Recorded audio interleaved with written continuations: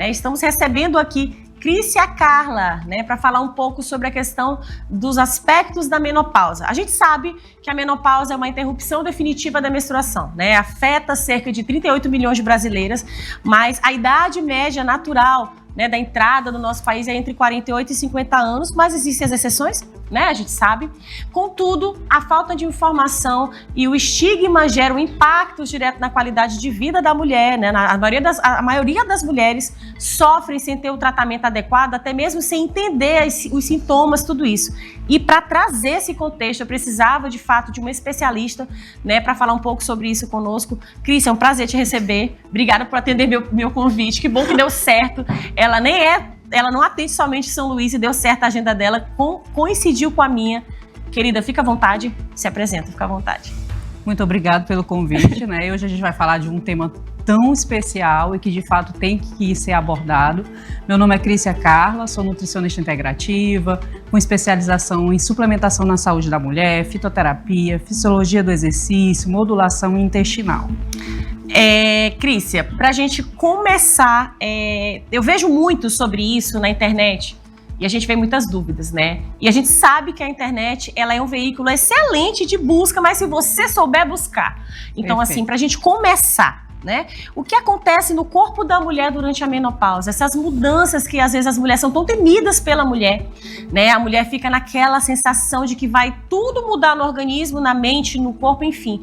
Como funciona essa questão do corpo da mulher durante a menopausa, essas mudanças? Essas mudanças, elas são muito comuns porque nessa fase da vida da mulher, que é justamente como você falou no início, que é o encerramento do ciclo menstrual, e aí a mulher entra na menopausa.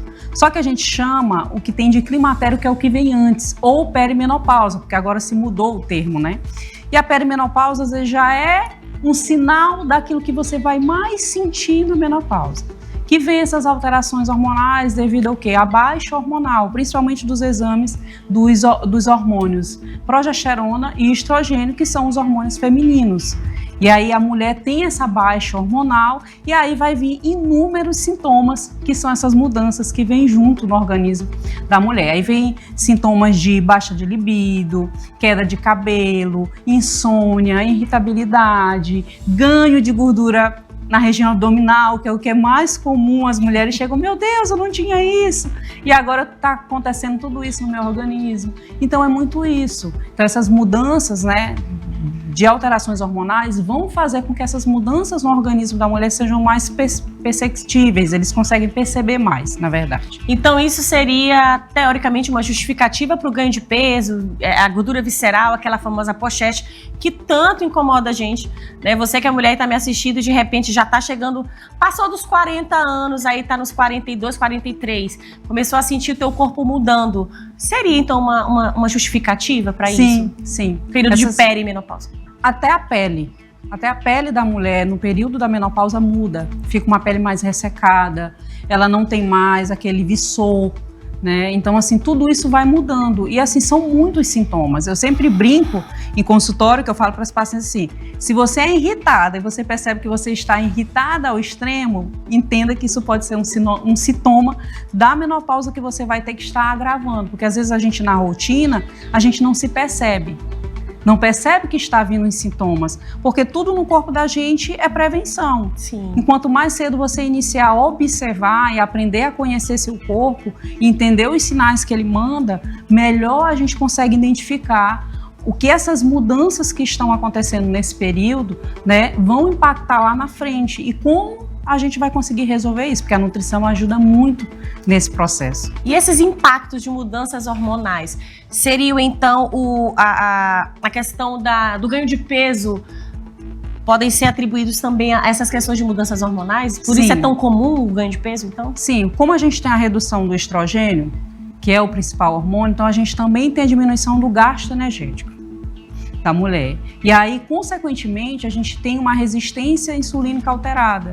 E aí a gente pode ter essa maior distribuição de gordura corporal, principalmente na região abdominal. E aí tem um fator muito importante, que é a massa muscular. Se você não tem essa massa muscular preservada, você também vai ter um metabolismo mais lento. Então é isso que eu falo sempre para as pacientes e para quem me acompanha. Gente, a ingestão de proteína é muito importante. Se as pessoas tivessem noção, elas contariam. Você não ficaria doida de estar contando, mas você com certeza teria mais cuidado em ter uma ingestão de proteína adequada ao longo do dia. Que seria carne, peixe, ovos, iogurte, leite. Isso é ingestão de proteína adequada. De manhã, 2 ovos, eu até brinco. 2 ovos eu acho muito pouco, né? Para quem quer mesmo manter essa estrutura muscular. Então, você manter massa muscular também é um ponto muito positivo para a gente melhorar esse metabolismo que, consequentemente, é diminuído pela baixa hormonal. E aí, com todos esses transtornos, essas mudanças que geram transtorno para o organismo da mulher, né? Consequentemente, ela sofre alterações mentais, alterações de humor. E aí, o que fazer, né? Como que a mulher que de repente está nos assistindo e percebe sintomas como esse que você acabou de citar, que a gente está ao vivo no 23.1, no YouTube, no Instagram, então tem gente do Brasil inteiro assistindo a gente. Como que a mulher que está nos assistindo de repente pode identificar isso e falar, opa, pode ser ligada à menopausa? O que fazer? Qual profissional ela procura? O que tu orienta? Geralmente, os profissionais que acompanham as mulheres na menopausa é o gineco, né, ginecologista. O nutricionista é obrigado a ter, né? Vou falar igual a gineco que eu trabalho. Tem que ter uma nutri para chamar de sua, do peito. Porque caminham juntos, né? E aí a gente tem que observar que essa alteração é justamente devido ao declínio hormonal. E aí a gente está falando de quê? De neurotransmissores. Como a gente tem o declínio hormonal, a gente também tem a diminuição dos neurotransmissores. Então a mulher perde as influências ligadas diretamente dos neurotransmissores, como dopamina, serotonina, GABA, que é justamente o que influencia essa questão do humor, do bem-estar, do prazer. E aí, devido a essa queda hormonal, você tem isso diminuído também. Aí a mulher tem sintomas de irritabilidade, impaciência, ansiedade. E muitas mulheres chegam mesmo até com quadros depressivos por conta dessa queda hormonal. Por isso que a menopausa é muito sério. É uma coisa que as pessoas têm que entender que é sério. E quanto antes eu me cuidar, melhor. É uma fase natural, que requer seriedade. Que todas vão passar. Todas. Requer seriedade, requer um cuidado.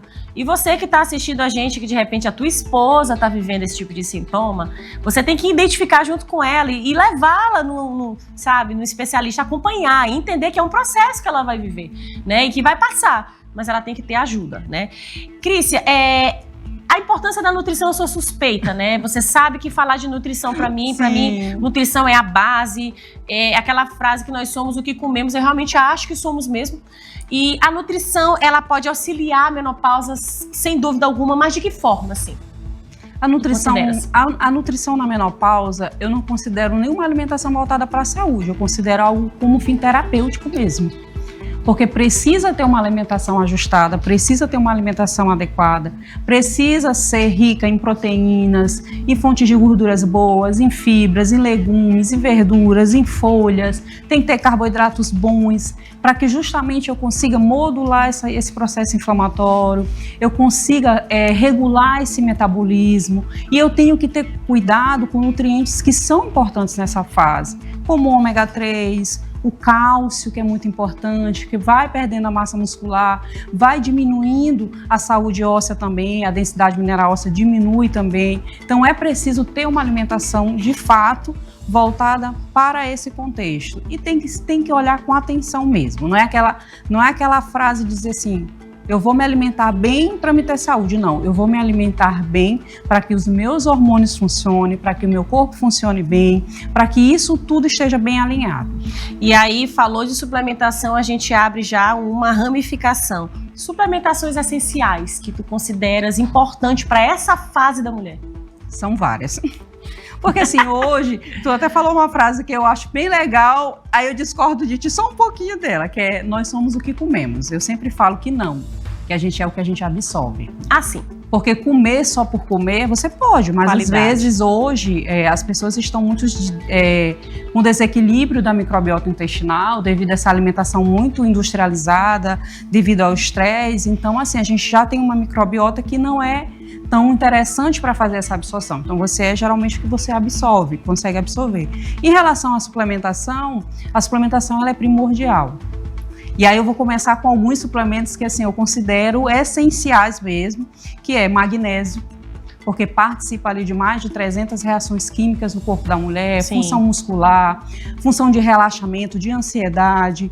Aí tem vitamina D que não pode faltar. Hoje vitamina D vai além do sistema imunológico, faz parte do sistema muscular também, para a preservação de massa muscular. Creatina, que é um suplemento assim... Cheio de tabus, né? Cheio de tabus. Cheio de tabus, porém o mais evidenciado, o mais comprovado, e hoje é muito utilizado para a saúde cognitiva nas mulheres na menopausa.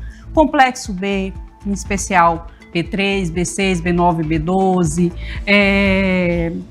whey, se for necessário, as proteínas, de modo geral, se as mulheres não tiver essa ingestão adequada, porque ela tem que preservar essa massa muscular, então pode fazer uso de proteínas vegetais, do whey do soro do leite, aminoácidos livres. É legal você falar sobre isso para que a pessoa que está nos assistindo entenda que tem que buscar o acompanhamento de uma nutricionista. E eu, por mim, eu ficava aqui contigo meia hora, uma hora conversando, porque eu adoro ouvir de fato nessa contextualização, porque eu sei a importância que existe desse processo alimentar e suplementar na nossa vida. Eu quero te agradecer pela tua presença. Que bom que deu certo esse nosso bate-papo. Eu espero que você que está nos assistindo tenha gostado da participação da nutricionista Crícia Soares.